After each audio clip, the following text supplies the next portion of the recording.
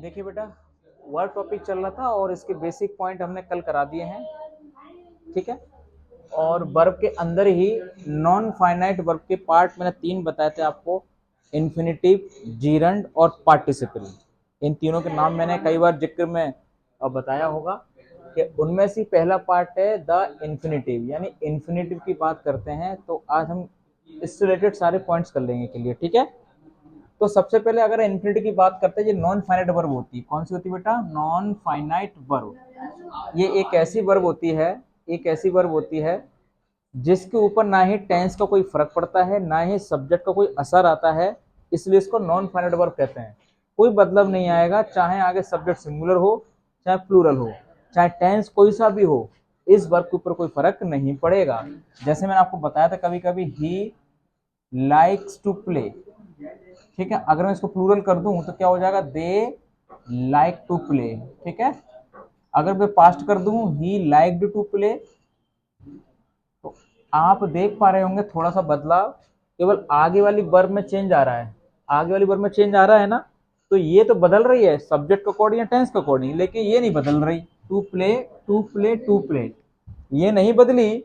नहीं बदली है तभी इसको हम इन्फिनिटिव बोलेंगे। इन्फिनिटिव क्या होता है? जिसके ऊपर सब्जेक्ट और टेंस को कोई फर्क नहीं पड़े, उसको हम इन्फिनिटिव कहते हैं। तो पहला पॉइंट है, तो इन्फिनिटिव का निर्माण कैसे किया जाएगा? जब आपकी फर्स्ट फॉर्म में टू लगाते हैं तो मेरा इन्फिनिटिव बनता है। आपकी फर्स्ट फॉर्म में अगर टू लगा दोगे तो क्या बनेगा? वो हमेशा इन्फिनिटिव वर्ब बनती है। दूसरी बात, ये क्या करती है? ये वर्बल नाउन होता है। वर्बल नाउन का मतलब ये नाउन का काम भी करता है। नाउन का काम करेगा तो ये सब्जेक्ट भी होगा, ये प्लूरल भी क्या होगा? ऑब्जेक्ट भी होगा। अगर ये वर्बल नाउन है, यानी ऐसा नाउन जो वर्ब से बना हुआ है, अगर नाउन बन गया तो इसे सब्जेक्ट भी बना लो, इसको ऑब्जेक्ट भी बना लो। जैसे मैंने बोला, to smoke is injurious to health.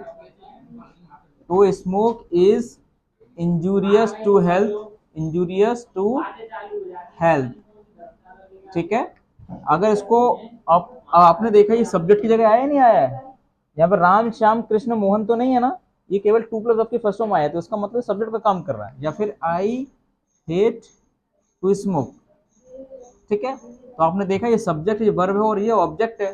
तो ऑब्जेक्ट के रूप में क्या आया? टू प्लस आपकी फर्स्ट फॉर्म जो ऑब्जेक्ट आया। तो जो नाउन होगा सब्जेक्ट भी बना लो, ऑब्जेक्ट भी बना लो। ये कह रहा है कि इन्फिनिटिव को दोनों तरीके से काम करा लो। ये पहली बात। अगली बात बच्चों, अब ये कह रहा है ओमिशन। ओमिशन का मतलब था विलुप्त। ये मैंने बताया था ना, आर्टिकल में बताया था, ओमिशन ऑफ आर्टिकल। ओमिशन मतलब विलुप्त, हटाना।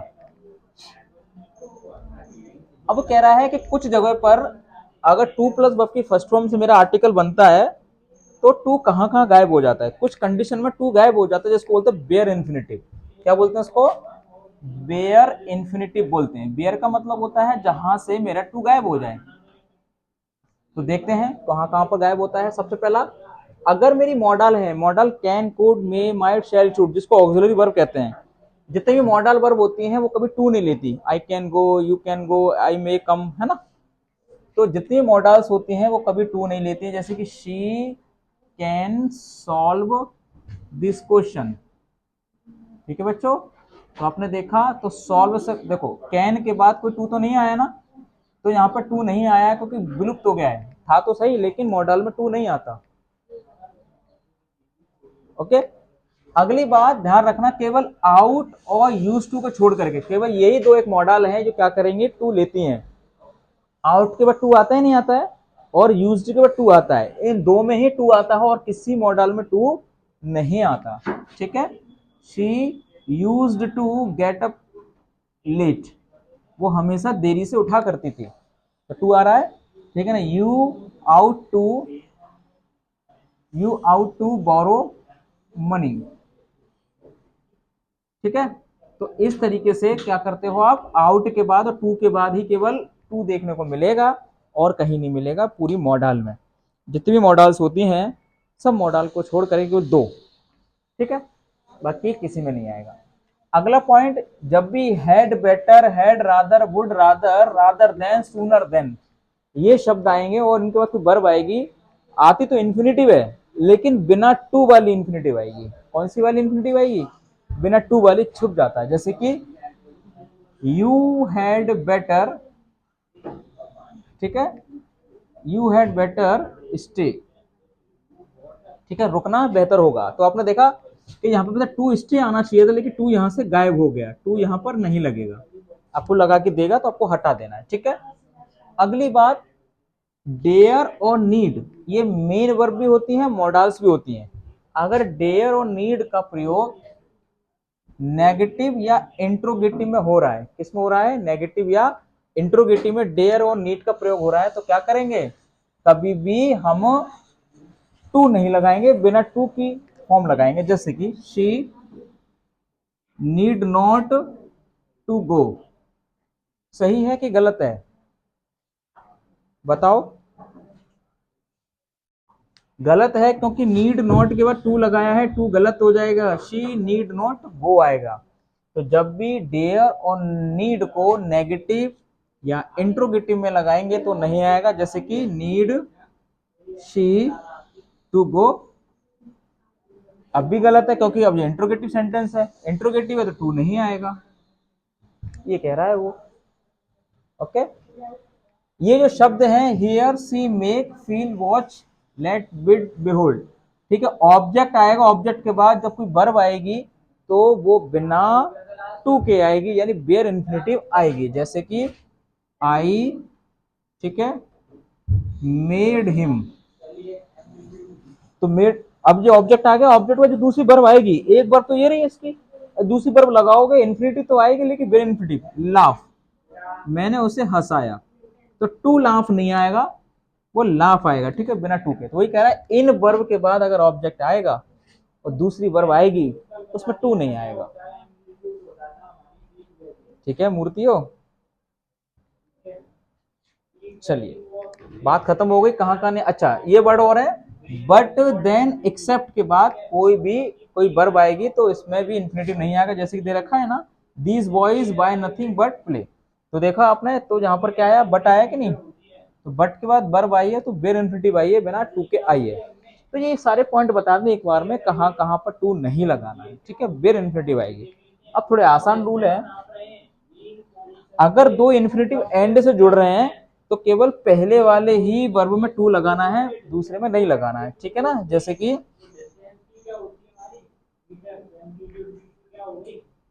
आई saw him to buy and help in the market, ठीक है, मैंने उसे देखा वो कुछ खरीद रहा था और वो किसी की मदद कर रहा था। तो ये है तो दोनों इन्फिनेटिव, एंड से जोड़ दिया है, एंड से जोड़ दिया है तो केवल पहले वाले में ही टू लगेगा, दूसरी वाली वर्ब में टू नहीं लगेगा, ये बोल रहा है। अगर दो इन्फिनेटिव एंड से जुड़ रही हैं, केवल पहले वाले में टू लगाना है, दूसरे वाले का टू विलुप्त हो जाता है, ओमिशन हो जाता है, ठीक है। ये बात, नो के बाद अगर हाउ लगा रहे हो तो ये प्रोसेस की बात कर रहा है, मैनर की बात कर, मतलब कोई काम कैसे हुआ है, तो प्रोसेस की बात करता है तो वहां पर टू लगाएगा हमेशा, ठीक है। नो के बाद अगर हाउ आएगा तो वहां पर हमेशा इन्फिनेटिव आएगी। जैसे कि I know how to swim, ठीक है, नो आ गया, नो के बाद हाउ आ गया, जब वर्ब आएगी तो क्या आएगी, टू के साथ आएगी, देख रहे हो, I know how to swim, you know how to go, how to sit, how to solve, how to buy, how to sell. तो जब भी नो के बाद हाउ आएगा तो वो बताएगा इन्फिनिटिव की बात। कितनी सारी चीज दिमाग से निकल जाती हैं आपके सामने से, लेकिन ये कैच नहीं कर पाता, क्यों, क्योंकि दिमाग में वो है ही नहीं। हमारा दिमाग भी तो वही चीज कैच करता है ना, कि ये चीज ऑलरेडी हमारे सॉफ्टवेयर में होगी, ठीक है।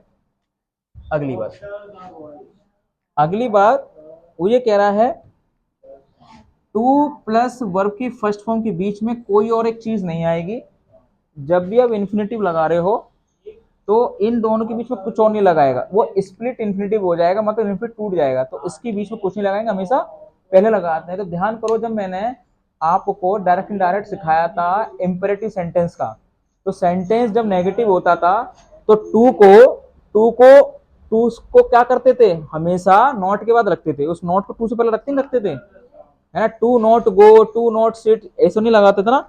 वो नॉट कहाँ आ जाता था, वो टू से पहले आता था, क्योंकि वो यही रूल था कि भैया जब भी इन्फिनिटी का यूज करेंगे तो टू प्लस वर्ब की फर्स्ट फॉर्म होगा, क्योंकि एडवर्ब होगी वो या तो पहले आ जाएगी या फिर बाद में रख देंगे। ठीक है, तो ये होता है जैसे कि आई, ठीक है, आई नो, या फिर I advised him not to waste money, waste money. तो ये मुझे बताना था कि टू प्लस वर्ब की फर्स्ट फॉर्म के बीच में जो भी वर्ब आए, कोई भी कोई एडवर्ब आएगा तो वहां पर, ठीक है, क्या करते हैं, टू से पहले रखते हैं। टू और वर्ब की फर्स्ट फॉर्म के बीच में नहीं रखेंगे कि टू नॉट वेस्ट, वो गलत हो जाएगा। ओके, और अगली बात, लास्ट बात है कि टू प्लस वर्ब की फर्स्ट फॉर्म क्या करता है, सब्जेक्ट का काम करता है। वो मैंने आपको बताया था अभी यहाँ कि एक इन्फिनिटी अगर नाउन का काम कर रहा है तो नाउन एक सब्जेक्ट भी होता है और नाउन एक ऑब्जेक्ट भी होता है। ये वही वाली बात लिखी हुई है कि टू प्लस वर्ब की फर्स्ट फॉर्म सब्जेक्ट का काम करता है, अभी मैंने बताया था। ठीक है ना, to play is beneficial to health. तो इस तरीके से क्या कर लोगे, आप इसको यूज कर लोगे। ठीक है, ये आज मैं इसके ऊपर सेंटेंस कराऊंगा, ठीक है, जो कि ये खत्म हो जाए, वर्क भी तो चलती रहेगी।